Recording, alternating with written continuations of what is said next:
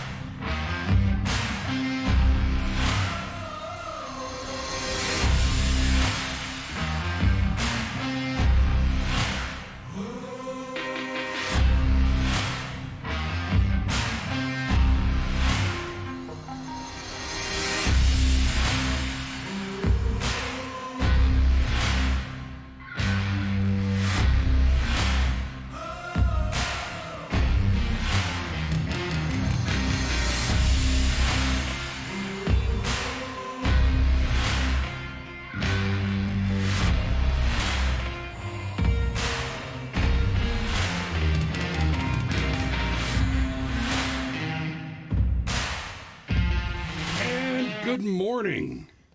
Yep. I want you all to do me a favor. This is important.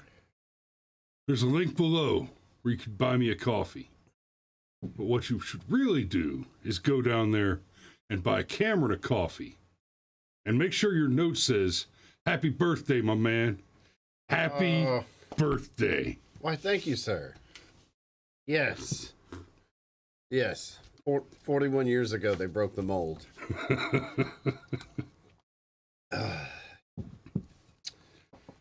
Yeah, no, not really.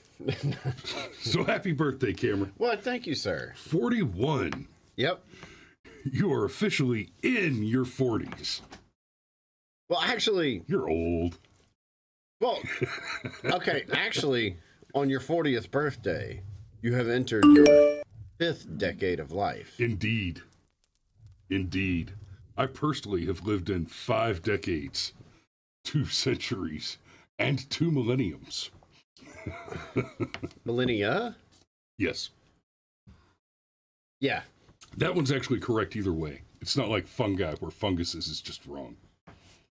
Or tomatoes, which cannot be suspension bridges. And Stryker points out that you are, in fact, moldy.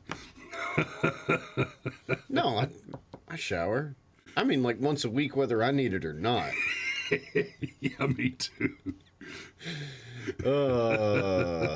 So, which is, Danny says we're both kids. yeah, you're not wrong. You know, that I still like to play with Legos and Nerf guns.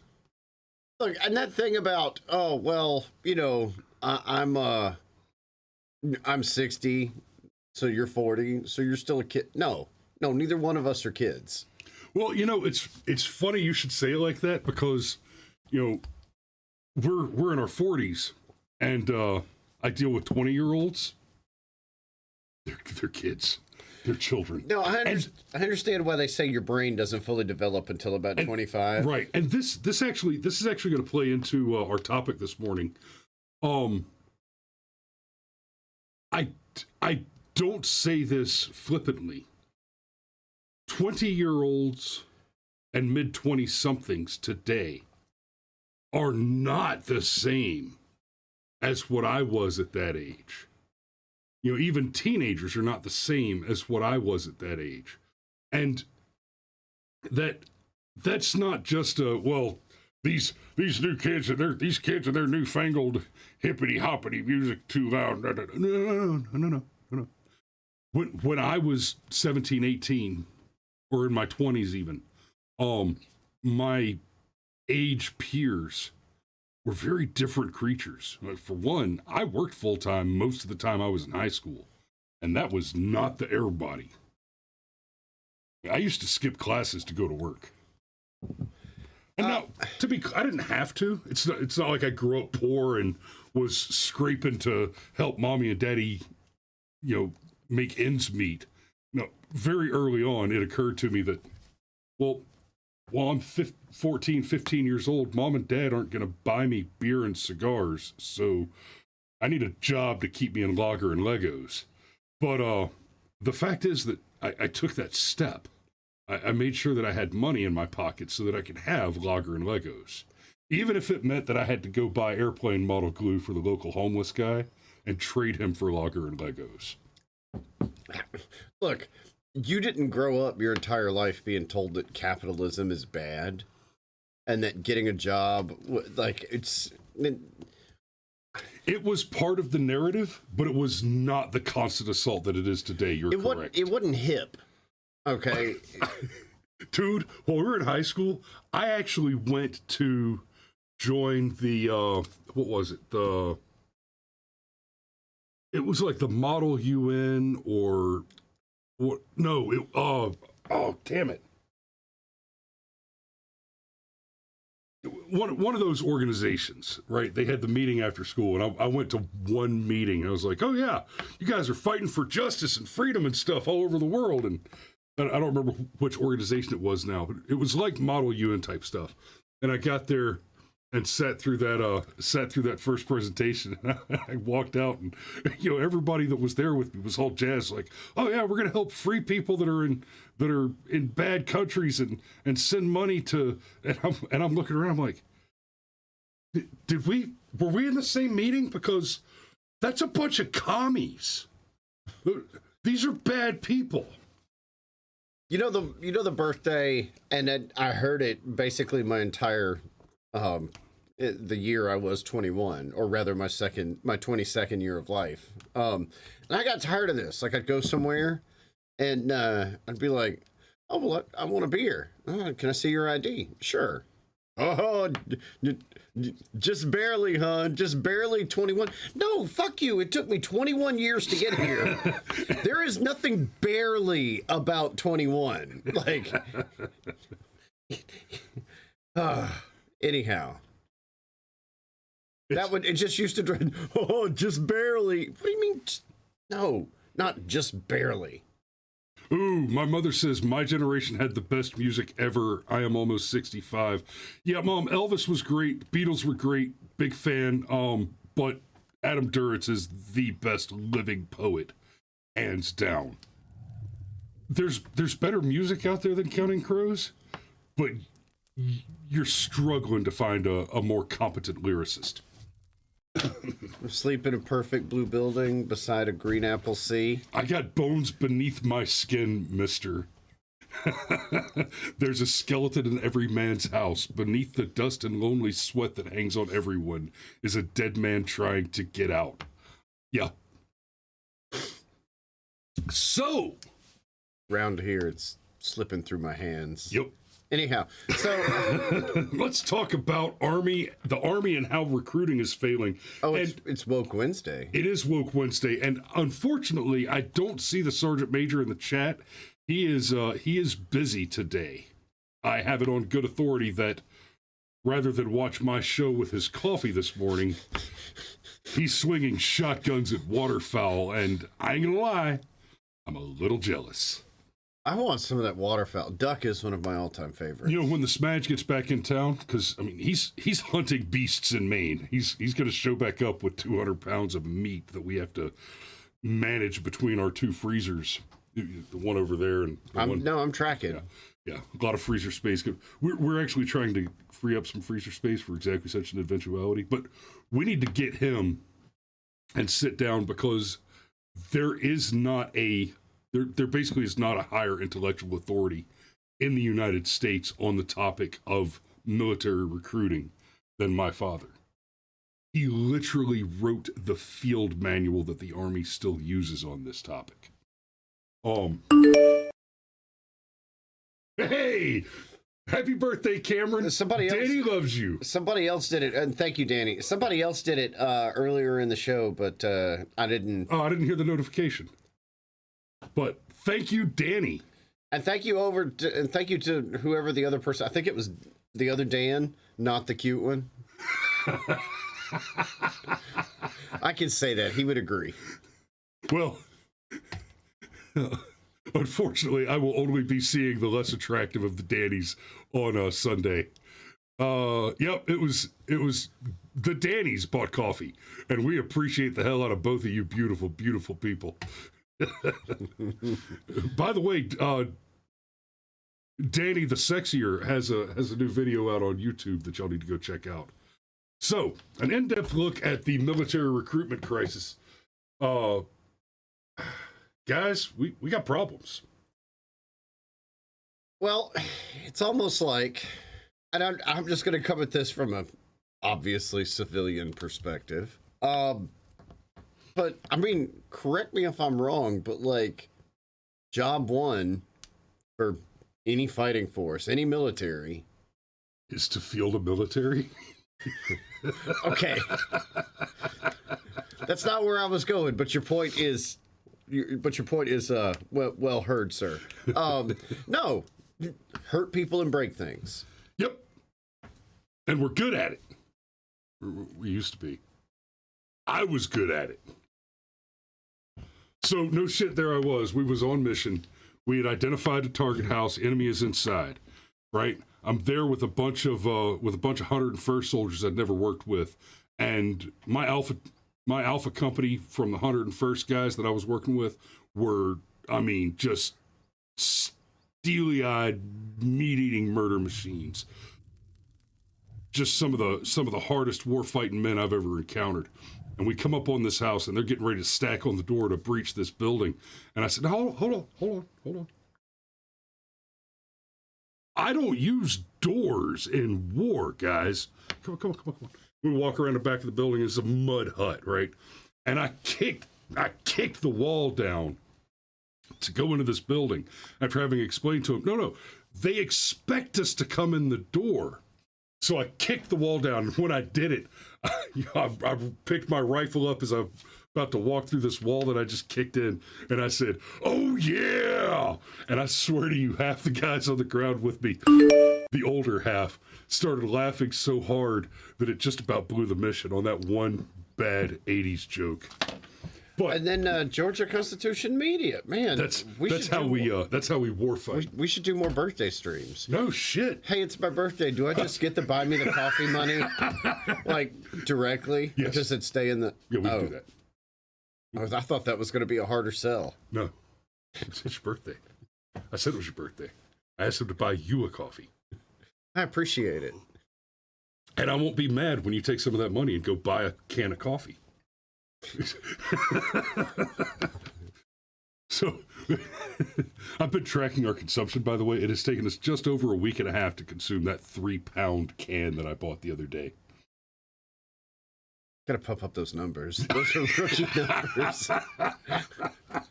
Okay, we're almost 15 minutes in. Let's talk about the show. Well, we're getting there. We're getting there. So there have been we're not just having low numbers. Okay, we've had years in the past where the Army was, speaking of needing to pump up those numbers, where the numbers were low, but we're in a recruiting crisis right now. We're seeing military numbers that are terrifying, and there's good reason for it. Overall, across the country, as a result of Biden's administration, and I can say that qualifiedly, I'll get back to that in a minute. The numbers are down because people don't have faith in our institutions generally. Our Army, our military, is one institution in which they have retained more faith than most others, but not by much. Now, understand that's at the same time that we have a Congress that kneels for George Floyd, and we have an FBI that actively targets American citizens as, based on nothing other than the color of their skin, as terrorists. There's reason to have concern and to lose faith in the military and the institutions of the United States. Well, apparently you don't even need the military. Pipelines can just magically blow themselves up. Yeah, I got us an article about that too if we have time in a little bit. But that's some scary shit. There's a word for that. Escalation. Yeah. Yeah. So the things that are being blamed for the loss of faith and loss of interest in military service, there are several, not least of which are the low pay and the wokeness crap. So on the low pay, Task and Purpose has a great video on the 4 causes, and they talk about the comparison.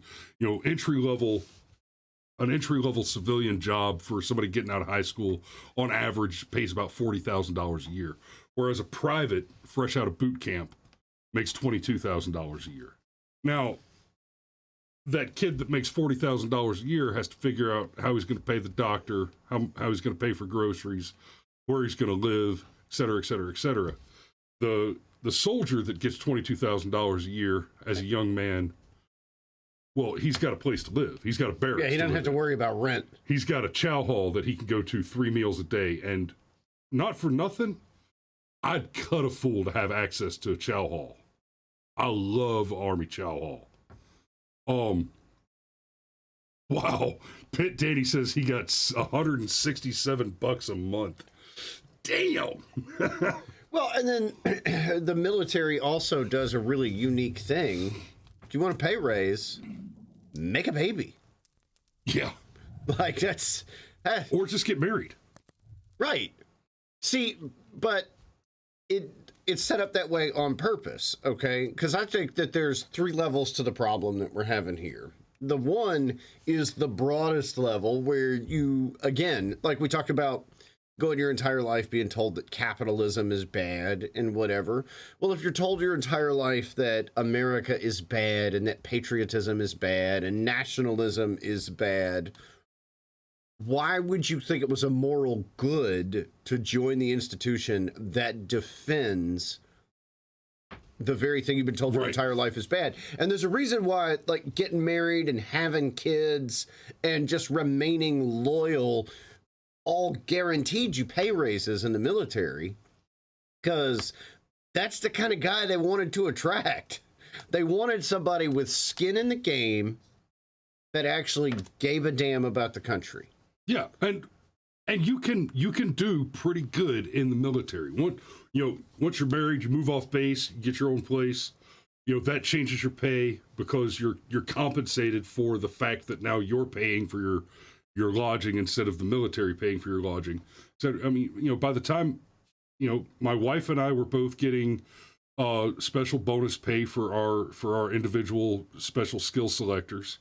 And of course the dependent pay for each other, basic allowance for housing, basic allowance for quarters. stuff like that. You know, at the end of the day, we were a 6-figure income household before we had kids, while we were both active duty. Mom says, when you were in, my dad was a World War II Marine and they did KP. Yeah, I know, Mom. I've seen Granddaddy's like lumber mill paychecks too, and those aren't exactly inspiring. Well, yeah, but it used to be that you could that like in our lifetime, you could fill up your grocery cart for $20. Correct. And this is a bit of a tangent, that whole when I was your age thing. Little tangential story. I was on my way home from work one day. This was back when I was digging ditches, building restaurants and stuff. And I'd been out roughing in a new building. We were digging the ditches and trenches that the pipes were going to be laid in before the slab was poured over it. And I was just covered in red mud and nasty. It'd been a long day. I'd stopped at a gas station to get a pack of smokes and a cup of coffee and a candy bar because I was sleepy trying to drive home. And there's an old man in there, and he looked at me, he said something like, well, you look like you've been working all day. What you doing? I said, well, I'm an electrician, but I've been digging ditches today to, get rough in this new building. Well, what are they paying you for that? This is like 99, 2000, maybe 01. I was making $14 an hour at that job, I think. And he said, $14 an hour?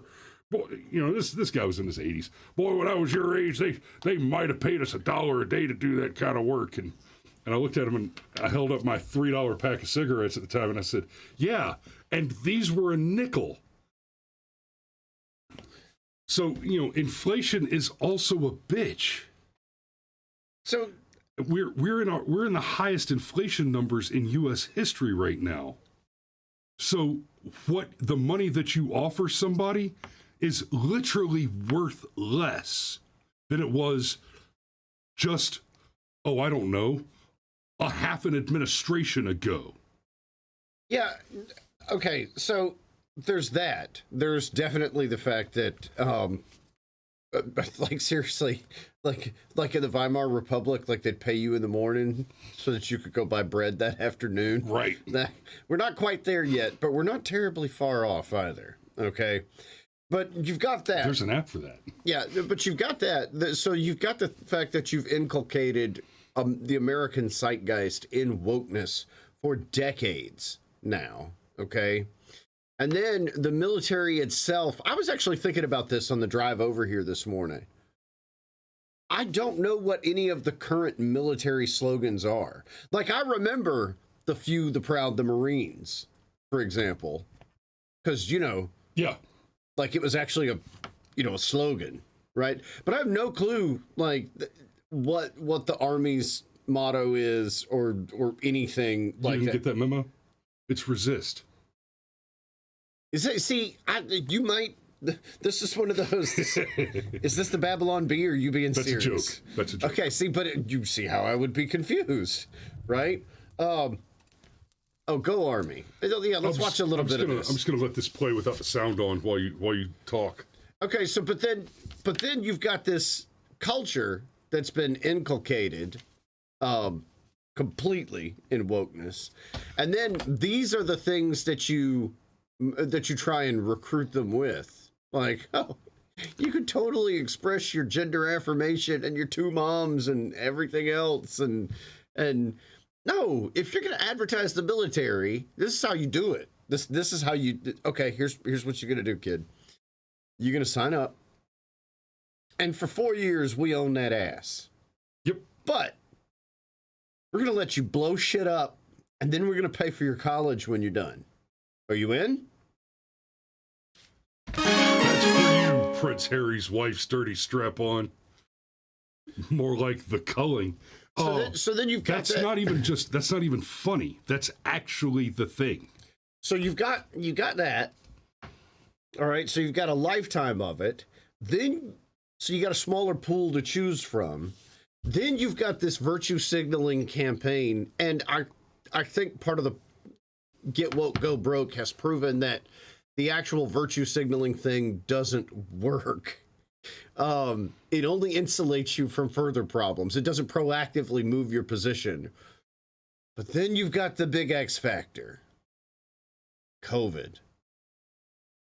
Oh, you mean when in the middle of a historic recruiting crisis, they decided to throw 40,000 soldiers out of the military? Okay, it was only 5,000 out of active duty, but once you include reserve and National Guard, 40,000 soldiers, and not just discharged. We're talking about people who had spent an entire career in many cases, actually made it to 20 years, and were dishonorably discharged over their skepticism of an experimental vaccine to a disease with a near perfect survivability rate. Yeah, and theoretically, if you're in the military, you don't have a whole lot of comorbidities, do you? Oh, you're not supposed to. I said theoretically. The adverb was important. But I also served with women. Woo. Yes, but I think when you put all of those things together, I don't think it's actually any shock that and as we were talking about in our show prep, it's not just us, it's Western liberal democracies in general that are falling short of their military recruitment goals.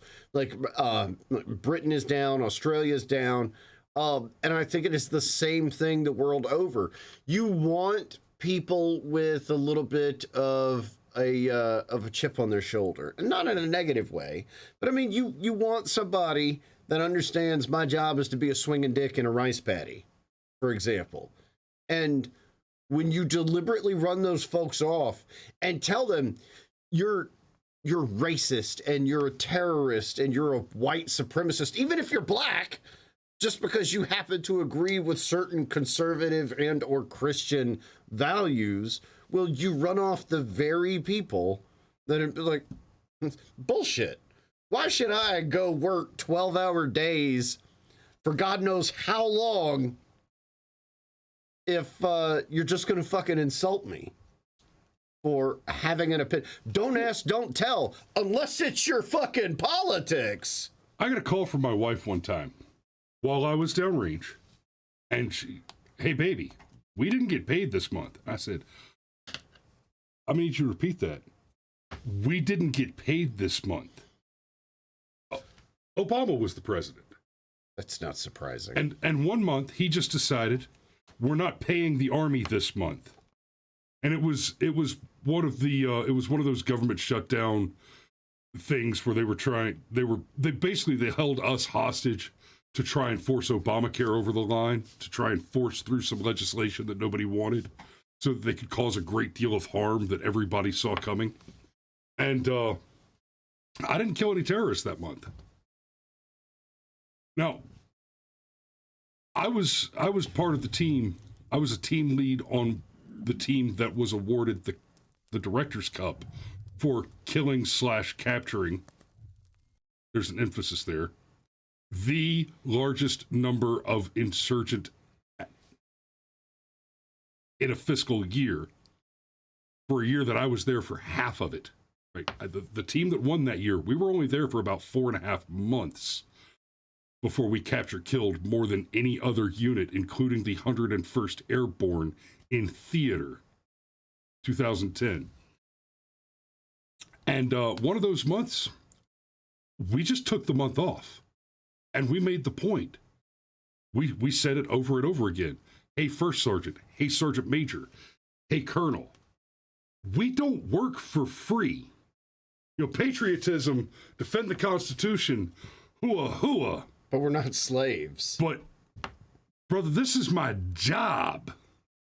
I got a wife and a kid back home. They like to eat. Yeah. Flip back over to... Yeah, there's something I want to say about this image.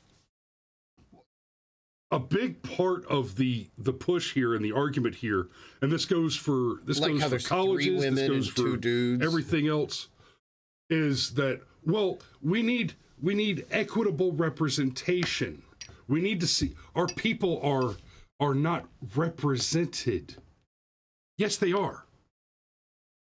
This is not equitable representation, because these people I got no problem with any of these guys serving. But here's the thing. These 5 faces represent about 15% of the entire armed services. Yeah, it's still like every 4 out of 5 is still a white male. Nearly 80% of all service members are white, and nearly 70% of those are male. The vast majority of the military is made up of white males. And please believe, that is not because the Army doesn't want people. Army recruiters very actively recruit in black neighborhoods, in especially low-income black neighborhoods, because the theory is being a soldier with a nearly guaranteed path to a lucrative retirement after a successful and valuable productive career is a hell of a great way to break the cycle of poverty. And they're not wrong. In fact, if you are a person of color living in a low-income ghetto, there are only 2 things in this world that can guarantee you break that cycle of poverty and move out of that abject squalor: joining the military and buying life insurance. Or your parents buying life insurance. Yeah. But... no, you buying life insurance. It breaks the cycle for your progeny. Your progeny. Alex from the TPS report says, yeah, because a terrorist gives a shit about the color of the motherfucker that shoot him in the face. I can tell you, Alex, from experience, they don't care. No, flip back over. If you're doing it right, they don't even know. Please flip back over, okay? And this really dovetails into the points I made in the first half of the show. The calling. The calling for what? Right. This is another one of those wokest aphorisms. Oh yeah, we're answering the call. The call for what? You know, it's a 3-step plan. It's a 3-step plan. We find the underwear. Question mark. Profit. And then huge profits. See, but here's I think we can even take this a step further. Part of what they're relying on is the iconography and I'll just skip all the Joseph Campbell and stuff, but part of what they're relying on is that you understand intuitively, emotionally, what it means to be called. Because you hear people say this, like, for example, I feel as though I've been called to go into the ministry, which means they feel as though they've got a deep spiritual obligation to themselves, to the world around them, and possibly even to the great beyond, to do a thing with this life. And so what the calling is suggesting is that there is this great social good that can be done. That, yeah, because protesting for the gays is totally like serving in Afghanistan. I have no doubt about that whatsoever. Jesus. And so they assume that the calling is there, that there is this deep spiritual. It hurts, don't it? Oh my God. Oh, keep going. Keep talking. That there is this deep spiritual thing that you will accomplish by joining the army. Which is what? Which is seeing your dad in a wedding dress. Woo! Oh. Yeah. Oh, I like how one of those tags even said, "We're the laughing stock of the world." That does. Yeah, and we're gonna have to put a pin in it here because it's getting. Yeah, and we are eventually just gonna have to commit to doing an hour every day. Well, and I have things to do. I actually have things to do on my birthday. Like, I get to go pay my birthday tax. So congratulations, you're a year older. But I want to share money this so with you can drive your car. This is what the Russians had to say about that. To be fair, though, Russia desperately needs. Yeah. Russia's not doing great on the military front either, but boy, are their recruiters just smoking our asses. That is what a military recruitment ad looks like. Well, this is what our military recruitment ads used to look like. Correct. We're going to train you up and turn you into a badass, and we're going to give you confidence and skills that will last you for the rest of your life. We're going to give you camaraderie and brotherhood and a paycheck on top of all of that. Oh, no, never mind. We're going to make shitty videos about my two moms. And you know, depending on the numbers you want to look at, I'll go with the 13% number just to make the point that approximately 13% of the population is some flavor of LGBTQI plus whatever. That's really generous. Well, let's stick with me though. You'll see where this is going. If you're gonna target your recruitment to that, you're telling 87% of your potential recruits get bent. Yeah. Yeah. You know, like there is a certain value in just staying away from certain topics. Like one of the reasons why Michael Jordan never lost his like Nike deal or whatever, it wasn't just because he was smart enough not to get caught with a trunk full of cocaine or whatever. He also understood that if he took certain political stances, he would eliminate 50% of the people that would buy Nike shoes from the pool. And that's not what his job was. His job was to sell shoes. So, anyhow, that's basically that. So it's Woke Wednesday. The Army's gone woke, and well, it's on the edge of being broke. The only thing that's really a saving grace at this point is Russia is proving itself to be